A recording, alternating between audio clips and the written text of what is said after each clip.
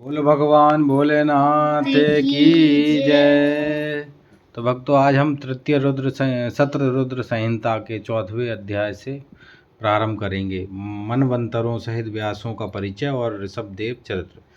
नंदीश्वर बोले, हे सर्वज्ञ, सनत कुमार द्वारा रुद्र से कहा हुआ शंकर का चरित्र निरंतर ब्रह्मा को सुखदायक है। शिव जी बोले, हे ब्रह्म, 7वें मनवंतर में 12 कल्प होगा, जिसमें कल्पेश्वर भगवान प्रकट होकर सब लोगों के प्रकाश रचने वाले होंगे और तुम व्यवस्थ मनु के परपोते होगे।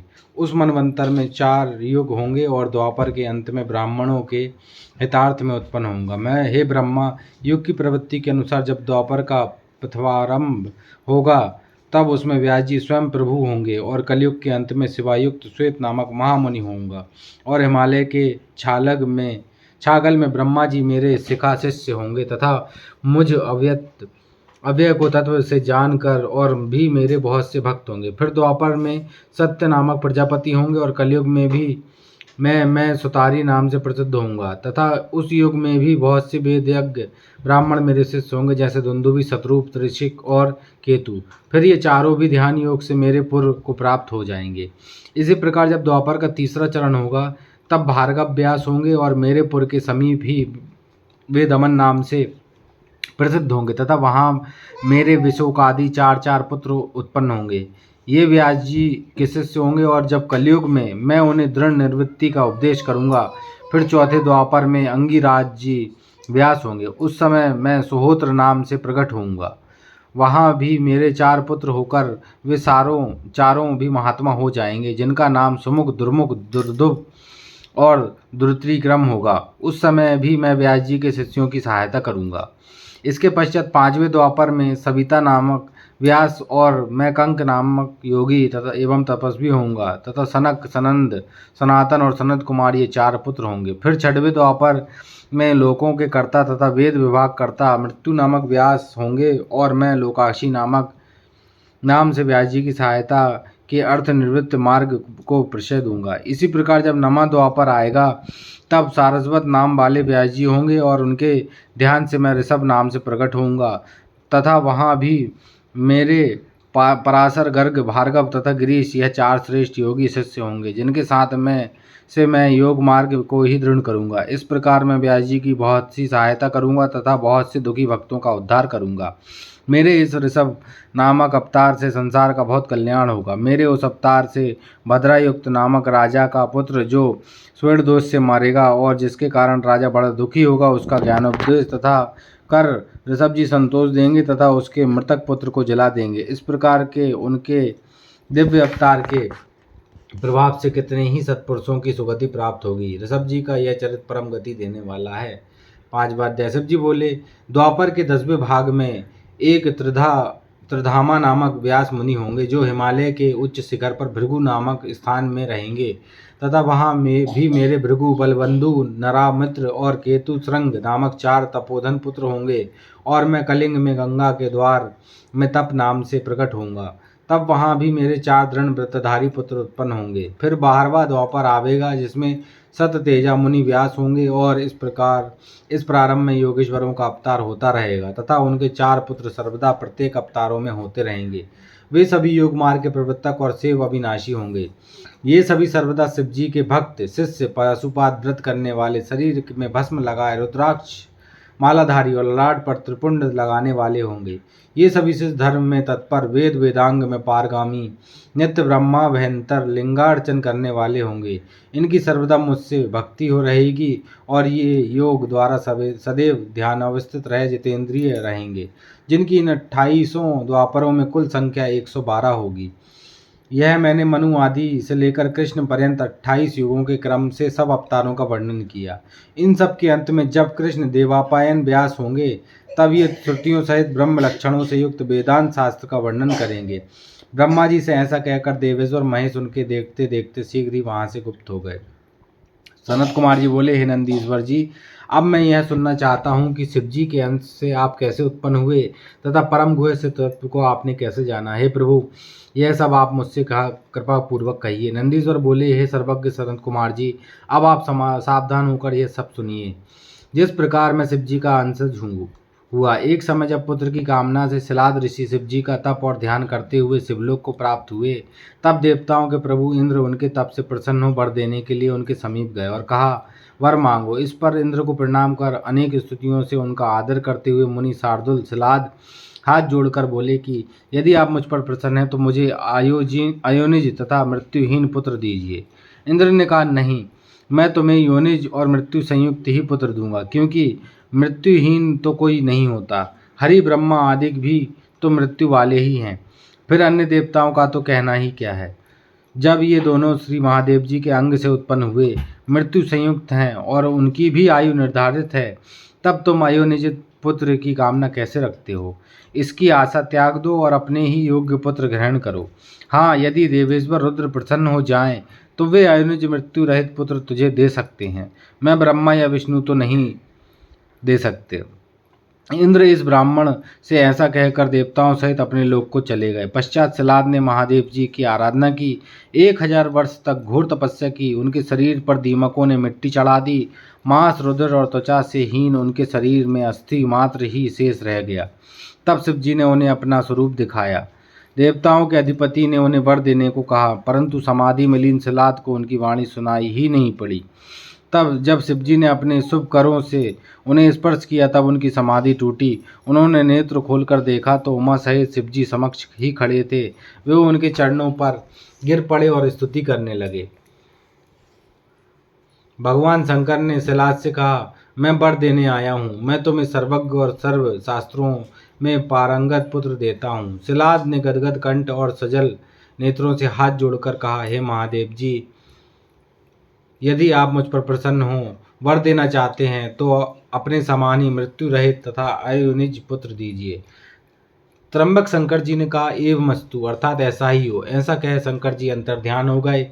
सिलाद ने अपने स्थान में आकर सब वृत्तांत ऋषियों से कहा, फिर यज्ञ के लिए आंगन खोदने लगे। फिर तो उसी समय उनकी आज्ञा से मैं उनका पुत्र रूप होकर प्रलयाग्नि के समान देदीप्यावन होकर प्रकट हुआ। देवताओं ने फूल बरसाए, ऋषियों और गंधर्वादिकों ने गुणगान किया।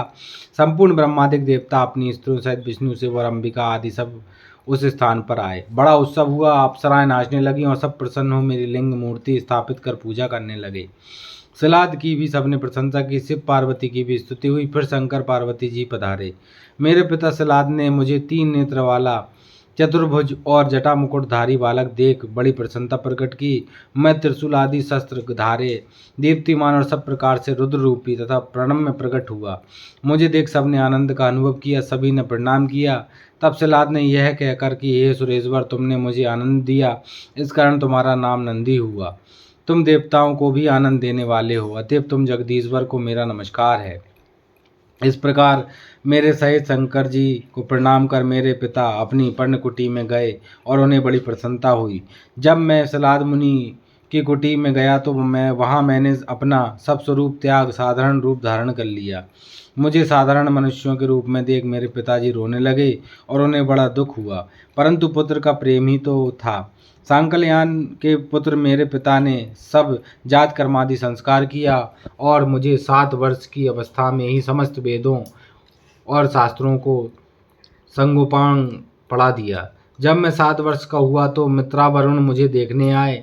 जब मेरे पिता ने उनका सत्कार कर बैठाया तो वे महात्मा मुझे बारंबार देखने लगे और मेरे पिता से बोले, हे तात, यह नंदी नामक तुम्हारा बालक तो बहुत थोड़ी अवस्था वाला है।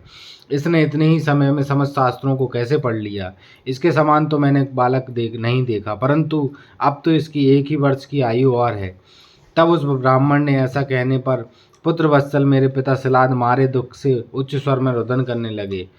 तब मृतक के समान हुए पिता को देख वह प्रसन्नात्मक बालक शिवजी के चरण कमलों का ध्यान करते हुए अपने पिता से बोला, हे तात, इतने दुखी क्यों होते हो? आपको यह कौन सा दुख प्राप्त हो गया? मुझसे कहिए। पिता ने कहा, मैं तुम्हारी अल्प मृत्यु से दुखी हूँ। हाँ, मेरे इस दुख को कौन दूर करेगा? मैं किसकी शरण में जाऊँ? पुत्र बोला, मुझे देव दानव यक्षराज काल तथा मनुष्य कोई भी नहीं मार सकता। हे पिताजी, मैं आपकी शपथ खाकर कहता हूँ, यह मेरा कहना सत्य है। पिता बोला, हे पुत्र, तुम्हारा कौन प्रभु है कि जिसकी तपस्या से तुम मुझे इस कठिन दुख को दूर कर सकोगे। पुत्र ने कहा, हे पिताजी, मैं तप से या विद्या से ही मृत्यु को दूर भगा दूंगा। केवल शंकर जी के भजन से मैं मृत्यु को जीतूंगा, इसमें संदेह नहीं। ऐसा कह अपने पिता को प्रणाम कर प्रदक्षिणा कर मैं नंदी एक महावन में और चला गया। 7वां अध्याय। नंदीश्वर बोले, वहां जाकर मैं धीरतापूर्वक एकांत स्थान में वह कठिन तप करने लगा जो मुनियों को भी दुर्लभ है। मैंने अपने हृदय में उन पंचमुख सदाशिव का ध्यान किया जो कमल में त्र्यंबक देव, 3 नेत्र, 10 भुजा वाले और परम शांत हैं। उस रुद्र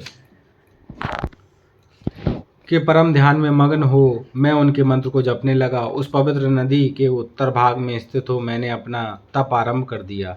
ऐसे तप में स्थित होते ही पार्वती सहित शिव जी ने वहां प्रकट होकर मुझसे कहा, हे सलाद के पुत्र, मैं तुम्हारे इस तप से संतुष्ट हूँ। तुमने बहुत श्रेष्ठ तप किया है, मैं तुमको वर देता हूँ। तुम्हारे मन में जो है वर मांगो। यह सुन मैं जरा और शोकनाशक शिव जी की स्तुति करने लगा। तब मुझ नंदी को सिर झुकाए देख दुख हरता परेशान वृषभ ध्वज शंकर ने दोनों हाथों से मुझे पकड़कर स्पर्श किया और गणपतियों सहित देवी पार्वती को और मुझे कटाक्ष से देखते हुए शंकर जी बोले, हे महाप्रज्ञ, हे वत्स निंदन, तुम्हारे लिए मृत्यु से भय कैसा। उन दोनों ब्राह्मणों को तो मैंने ही भेजा था, परंतु तुम तो मेरे ही समान हो, इसमें कुछ भी संदेह नहीं। तुम सहजनों से सहित अजर अमर दुख रहित अविनाशी अक्षय और मेरे प्रिय हो। मेरी इस प्रियतमा से तुमको जरा और मृत्यु नहीं प्राप्त होगी। ऐसा कहकर शिव जी ने अपने सिर को की एक माला खोलकर शीघ्र ही मेरे कंठ में बांध दी। उस माला को पहनते ही मानो मैं 3 नेत्र और 10 भुजाओं वाला शिव दूसरा शिव ही हो गया। और परमेश्वर ने मुझे अपने हाथों से पकड़कर कहा, कहो अब तुमको और क्या श्रेष्ठ वर दूं। ऐसा कह वृषभ ध्वज ने अपनी जटाओं से हार के समान निर्मल जल ग्रहण कर नंदी हो ऐसा कहकर मेरे ऊपर छिड़क दिया। उसके जटोर का त्रिकोता, वृषभध्वनि, स्वर्णोदका और जम्बू, ये 5 नदियां बह चलीं। उस स्थान का पंचनंद नाम पड़ा जो अब तक जयेश्वर के समीप वर्तमान है। जो वहां पंचनद पर जाकर स्नान कर जयेश्वर शिव जी की पूजा करता है वह निसंदेह शिव की सायुज्य मुक्ति पाता है। फिर शिव जी ने पार्वती जी से कहा कि अब मैं नंदी को गणेश्वर पद पर अभिषिक्त करता हूँ, मैं इनको गणेंद्र किया जाता है, तुम्हारी क्या सहमति है। इस पर पार्वती जी ने कहा, हे देवेश परमेश्वर, इस नंदी का आप मुझे दे दीजिए। हे नाथ, यह सलाद पुत्र आज से मेरा परम पुत्र हुआ। पश्चात परम स्वतंत्र परमेश भक्तवत्सल शिव जी ने अपने समस्त श्रेष्ठ गणों को बुलाकर कहा, यह नंदीश्वर मेरा पुत्र है, इसे मैंने सब गणों का अधिपति बनाया है, यह मेरा प्रिय गणों में मुख्य है। ऐसा ही तुम सब मेरे वचन का पालन करना। अब तुम लोग मेरे इस गणाध्यक्ष नंदी को प्रीतिपूर्वक स्नान कराओ, आज से यह तुम सबका स्वामी हुआ। तब शिव जी से ऐसा सुन सब गणपतियों ने कहा, बहुत अच्छा, बहुत अच्छा। ऐसा कह सबने सामग्रियां प्रस्तुत की। नारायण और सब लोगों के संपूर्ण मुनि आए। ब्रह्मा जी ने सावधान हो नंदी का अभिषेक किया। ब्रह्मा, विष्णु, इंद्र तथा समस्त लोकपालों और देवताओं तथा ब्राह्मणों ने प्रसन्न होकर स्तुति की। पश्चात ब्रह्मा जी की आज्ञा से उस नंदी ने विवाह किया। ब्रह्मा, विष्णु आदि ने प्रेम पूर्वक उत्सव किया। तब स्वैसा नाम की परम मनोहर देवी जो मारुत की कन्या थी, मैं दिव्य रूपवती मेरी स्त्री हुई। मैं उनके साथ दिव्य सिंहासन पर बैठा। महालक्ष्मी ने आकर मुझे मुकुट आदि से सजाया, कंठ का दिव्य हार दिया। मैंने सबको प्रणाम किया। तब भक्त वत्सल शिव जी ने मुझे इस रूप में देखकर बड़ा प्रेम प्रकट किया और अपनी समीपता का सर्व विजयी और अक्षय वर दिया। साथ ही महाभाग देवी ने भी मुझसे वर मांगने को कहा। मैंने उनके चरणों में नित्य भक्ति मांगी। देवी ने वस्तु कहा, मुझे ऐसा ही वर दिया। फिर पार्वती जी ने मेरी स्वैसा नामक स्त्री को पुत्र पौत्रादि से संपन्न रहने वाली, त्रिनेत्रा, जन्म रहिता और अपनी तथा मुझ पति में परम भक्ता होने का वर दिया। पश्चात सब बांधवों और कुटुंबियों सहित मुझे साथ ले शिव जी देवी सहित बैल पर चढ़कर अपने घर को चले। अन्य सब देवता भी प्रेम पूर्वक शंकर जी की स्तुति करने निज स्थान को गए। जो मनुष्य नंदी के इस आख्यान को श्रद्धा सहित पढ़ता और सुनता है वह संसार में परम सुख को भोग कर परलोक में उत्तम गति प्राप्त करता है। इस प्रकार शिव जी के 43वां अवतार हुआ। तो भक्तों, आज हमने नंदीश्वर जी के जन्म से लेकर उनके अजर अमर होने तक की कथा का श्रवण किया।